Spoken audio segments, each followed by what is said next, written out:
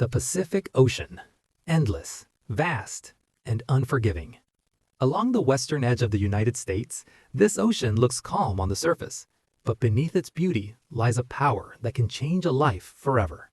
This is not just water, this is nature's test. Early that morning, a small research boat left the coast of California. The ocean was calm, the sky was clear. No one on board knew that this peaceful journey was about to change into a fight for survival. Her name was Elena, 23 years old, a marine science student from the United States. The ocean had always been her dream.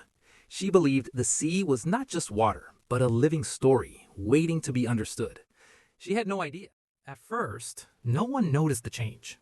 The ocean was still moving, but the wind had a different sound.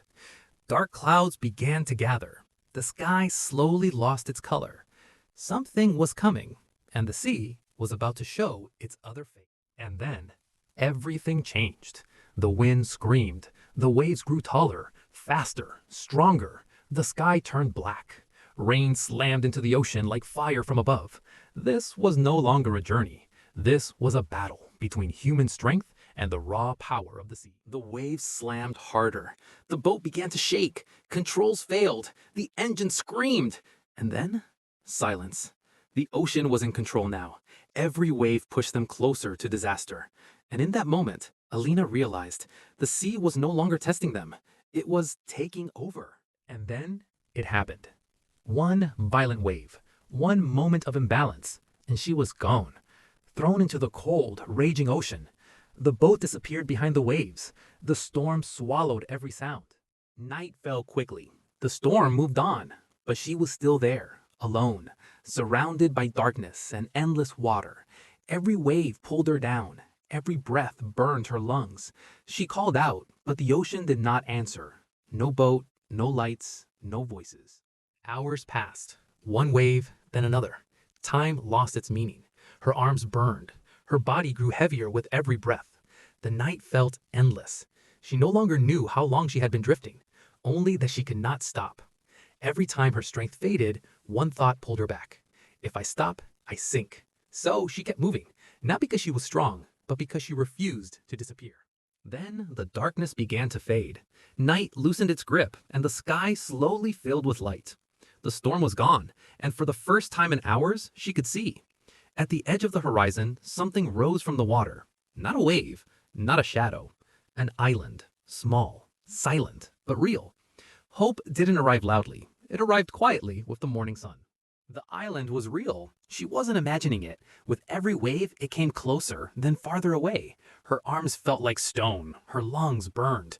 Every movement cost her everything she had left. But now, there was something ahead of her. Her fingers touched the ground.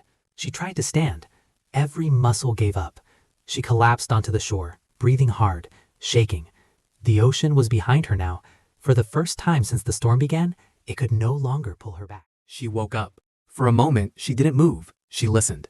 No storm screaming above, just wind and her own breathing. She was alone, completely. No voices. This island was not the end. It was the beginning, because surviving the ocean was only the first step. She stood up and finally saw it. A small island, black rocks, the smell of burned earth in the air. Just a raw piece of land born from fire. The ocean had let her go, but this island was its own challenge. She looked around. No people, no shelters, just stone, sand, and the ocean stretching endlessly in every direction. This place was not forgotten.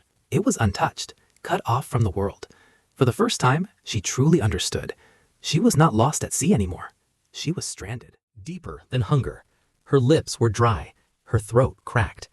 Then she saw it, rainwater on the surface of a leaf. She lifted it carefully. One sip. It wasn't much, but it was life. Cool, clean, real. In that moment, she didn't need food. She needed proof that the island could keep her alive. And for the first time, it did. By day, the sun burned like fire. The black rocks trapped the heat, turning the island into an oven. Every breath felt heavy. Every step drained her strength. And then night came. The warmth vanished. Cold wind cut through her clothes, shaking her to the bone. So she adapted. She pressed herself behind the rocks, hiding from the wind, conserving every bit of warmth. Hunger came quietly, then all at once. Her stomach tightened, her body weakened. Water kept her alive, but it wasn't enough. She moved toward the shore, eyes locked on the water. Small fish flashed between the rocks, fast, impossible to grab. She tried with her hands. She tried with a sharp stone. Again and again. Each failure burned, but hunger was stronger than fear. She didn't need to succeed today. She just needed to learn, because on this island, every mistake taught her how to survive the next day. But it had not broken her. Her hands trembled. Her body screamed for rest.